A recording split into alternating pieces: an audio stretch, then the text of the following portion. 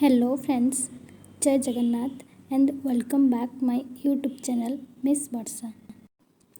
ଯାଜପୁରରେ ଗୋଟେ ପ୍ରସିଦ୍ଧ ମେଳା ହୁଏ ମା ହିଙ୍ଗୁଳାଙ୍କର 5 ଦିନର ଯଜ୍ଞ ହୁଏ ଯେଉଁଟାକି ଶଙ୍ଖଚିଲାଠାରେ ଅବସ୍ଥିତ ମା ହିଙ୍ଗୁଳାଙ୍କର ମନ୍ଦିର। କୁହାଯାଏ କି ସେଠି ମାନସିକ କଲେ ଗୁଆ ରଖିକି ମାନସିକ କଲେ ଯେକୌଣସି ବି ମାନସିକ ହଉ ସବୁ ପୂରଣ ହୋଇଥାଏ। ସେଥିପାଇଁ ଏ ମନ୍ଦିର ବହୁତ ପ୍ରସିଦ୍ଧ, ବହୁତ ପୁରୁଣା ମନ୍ଦିର। ବହୁତ ଦୂର ଦୂରରୁ ଲୋକ ମଧ୍ୟ ଆସନ୍ତି ଏଇ ଯଜ୍ଞ ଦେଖିବାକୁ। ବହୁତ ସୁନ୍ଦର ହେଇଥିଲା, ମୁଁ ବି ଯାଇଥିଲି। ଲେଟ୍ସ ସି କ'ଣ କ'ଣ ସେଠି ସବୁ ଥିଲା।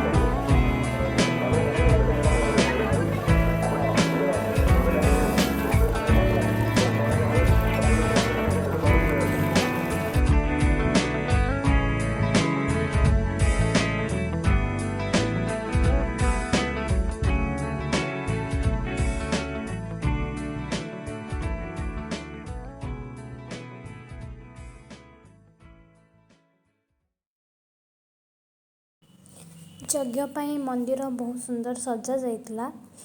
ଆଉ ହିଙ୍ଗୁଳାଙ୍କ ପୂଜାରେ 5 ଦିନ ଯଜ୍ଞ ହୁଏ। ବହୁତ ଧୁମଧାମ ସେ ପାଳନ ହୁଏ ହିଙ୍ଗୁଳା ଯାତ୍ରା। ହିଙ୍ଗୁଳା ଯାତ୍ରାରେ ଯେଉଁ ହିଙ୍ଗୁଳା ମା ଅଛନ୍ତି ସେ ବହୁତ ବଡ଼ ଗୋଟେ ବରଗଛ ଅଛି। ବରଗଛର ତଳେ ତାଙ୍କ ମନ୍ଦିର ଥିଲା।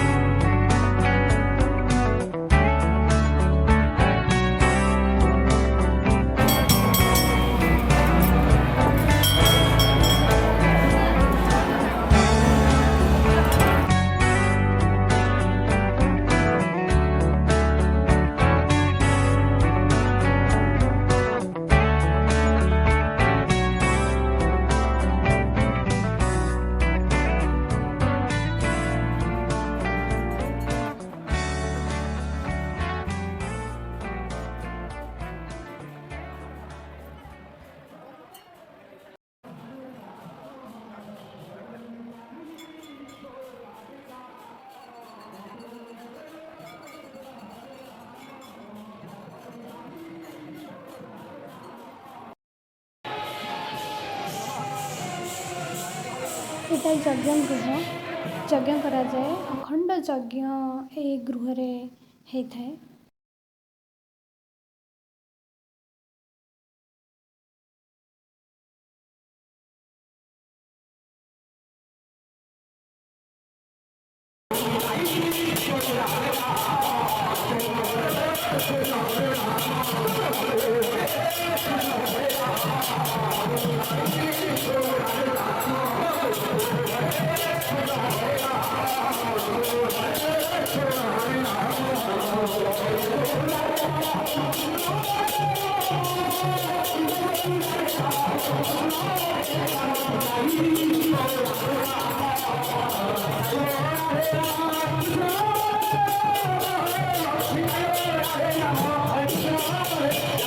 ଚାରିପଟ ପୁରା ବହୁତ ସୁନ୍ଦର ସଜା ଯାଇଥାଏ ଆଉ ପୁରା ଆଧ୍ୟାତ୍ମିକ ପରିବେଶ ମନକୁ ଶାନ୍ତି ଦେଇଥାଏ।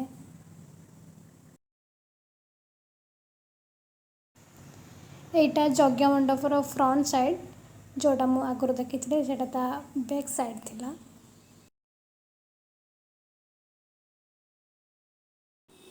ଇଏ ସେଇ ବରଗଛ, ବହୁତ ପୁରୁଣା ଗଛ। ୟାର ତଳେ ହିଁ ହିଙ୍ଗୁଳା ଦେବୀ ଅଛନ୍ତି। ଯାହାର ମାନସିକ ଥାଏ ସିଏ ସେଇ ନାଲି ସୂତା ଆଉ ଚୁଡ଼ି ବାନ୍ଧିଥାଏ ସେଇ ଗଛରେ ମାନସିକ ପୂର୍ଣ୍ଣ ହେବା ପାଇଁ।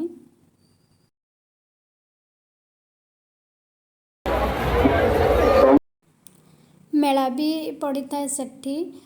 ମେଳା ସହିତ ଯାତ୍ରା ବି ପଡ଼ିଥିଲା। ବହୁତ ଦୋକାନ ଥିଲା, ବହୁତ ଭିଡ଼ ଥିଲା। ଭେରାଇଟି ପ୍ରକାରର ସବୁ ଜିନିଷ ଥିଲା ସେଠି।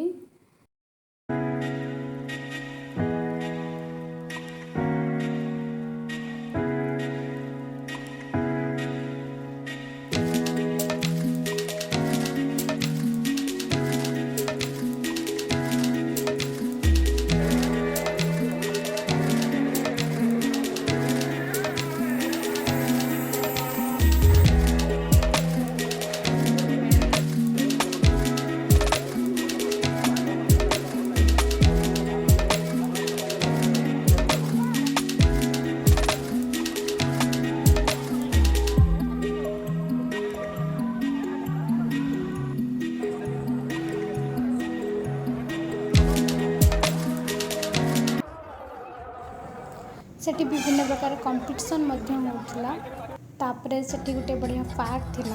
ପାର୍କରେ ଟିକେ ବୁଲିଲୁ ଆଉ ଖାଇଲୁ କିଛି। ଖାଇକି ଦେନ୍ ଘରକୁ ପଳେଇ ଆସିଲୁ।